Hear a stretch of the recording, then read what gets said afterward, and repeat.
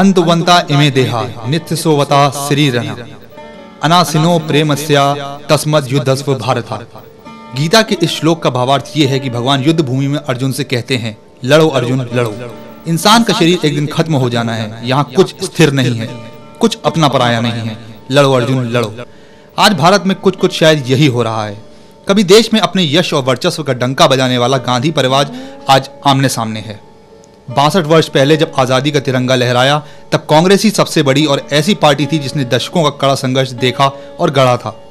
1885 में Indian national Congress की नींव रखी गई।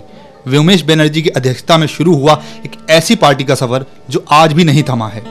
महात्मा गांधी ने कांग्रेस को एक नई राह दी और आजादी से पूर्व पूरी जिम्मेदारी सौंप दी पंडित जवाहरलाल नेहरू पर।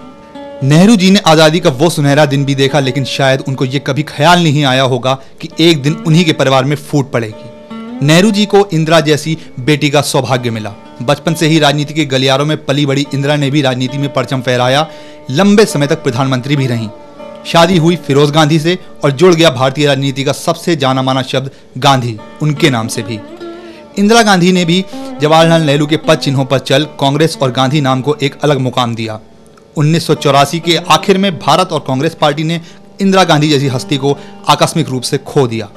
वो ऑपरेशन ब्लू स्टार की प्रतिक्रिया में अपने अंगरक्षकों की गोलियों का शिकार बन गईं। फिर भी गांधी का नाम चलता रहा, कभी किसी सहारे का मोहताज नहीं रहा और इंदिरा गांधी के पुत्र और भारतीय इतिहास के सबसे लोकप्रिय नेता राजीव गांधी ने अपनी मां की जगह ले ली।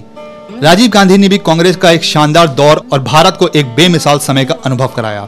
बदकिस्मती से ये दौर भी कुछ वक्त का ही था और राजीव गांधी की निर्मम हत्या के साथ समाप्त हो गया। यूं लगा जैसे कांग्रेस का नाम खत्म होता सा दिखने लगा। लेकिन सोनिया गांधी और उनके बच्चों राहुल और प्रियंका के साथ एक बार फिर कमर कसकर तैयारी शुरू की। इस राजनीतिक जंग में फिर कुछ ऐसा हुआ जिसका अंदाजा किसी को भी नहीं था।